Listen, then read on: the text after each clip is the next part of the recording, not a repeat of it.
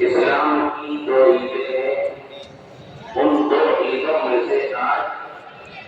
سب سے بڑی عید مانی جاتی ہے۔ ویسے ہر مذاہب کے اندر تہوار منائے جاتے ہیں، عید منائی جاتی ہے۔ دوسرے مذاہب میں اور مذہب اسلام میں جہاں پر اور چیزوں میں امتیازیت ہے، اسی طرح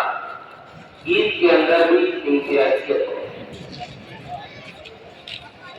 اور عیدوں میں اور لوگوں کی عیدوں میں کھیل تماشا ہوتا ہے، ناچ گانا ہوتا ہے، اور ظاہری زیبائش اور آرائش کا صرف انتظام ہوتا ہے۔ اسلامی عید کے اندر عبادت کا تصور ہے، اللہ کے ذکر کا تصور ہے، اللہ کے سامنے رکوع اور سجدہ کرنے کا تصور ہے۔ چنانچہ رسول اللہ صلی اللہ علیہ وسلم کے بارے میں آتا ہے کہ ان نبی صلی اللہ علیہ وسلم خرج یوم الفطر وبدأ بالصلاة ثم خطب الناس، کہ حضور پاک صلی اللہ علیہ وسلم عید کے دن گھر سے نکلنے کے بعد سب سے پہلا کام یہ فرماتے تھے کہ نماز ادا کرتے تھے عیدگاہ میں آ کر۔ دوسری روایت میں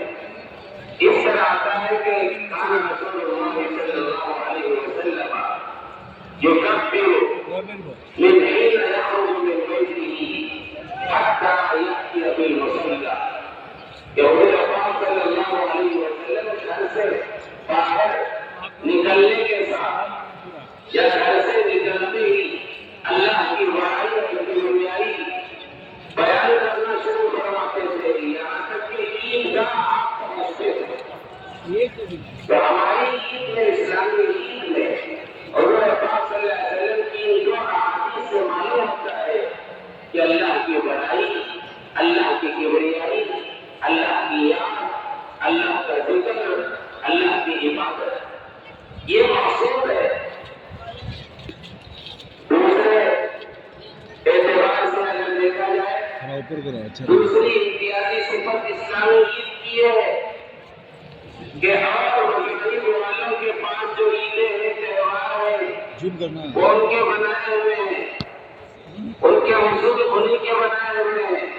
ان کے رسومات انہی کے بنائے ہوئے ہیں، لیکن اسلام میں عید الفطر بلکہ عید الاضحیٰ کی دونوں عیدیں اللہ کی طرف سے عطیہ، اللہ کی طرف سے تحفہ۔ روایتوں میں آتا ہے رسول اکرم صلی اللہ علیہ وسلم جب مدینہ المنورہ تشریف لائے اور وہاں دیکھا کہ لوگ 2 دنوں میں عید مناتے ہیں، تہوار مناتے ہیں اور اس میں کھیل کود کرتے ہیں۔ رسول اللہ صلی اللہ علیہ وسلم نے ہم سے پوچھا، یہ 2 عیدیں اور یہ 2 ایام تمہارے لیے کیا حیثیت رکھتے ہیں؟ تو انہوں نے جواب دیا تھا، ہم زمانے جاہلیت سے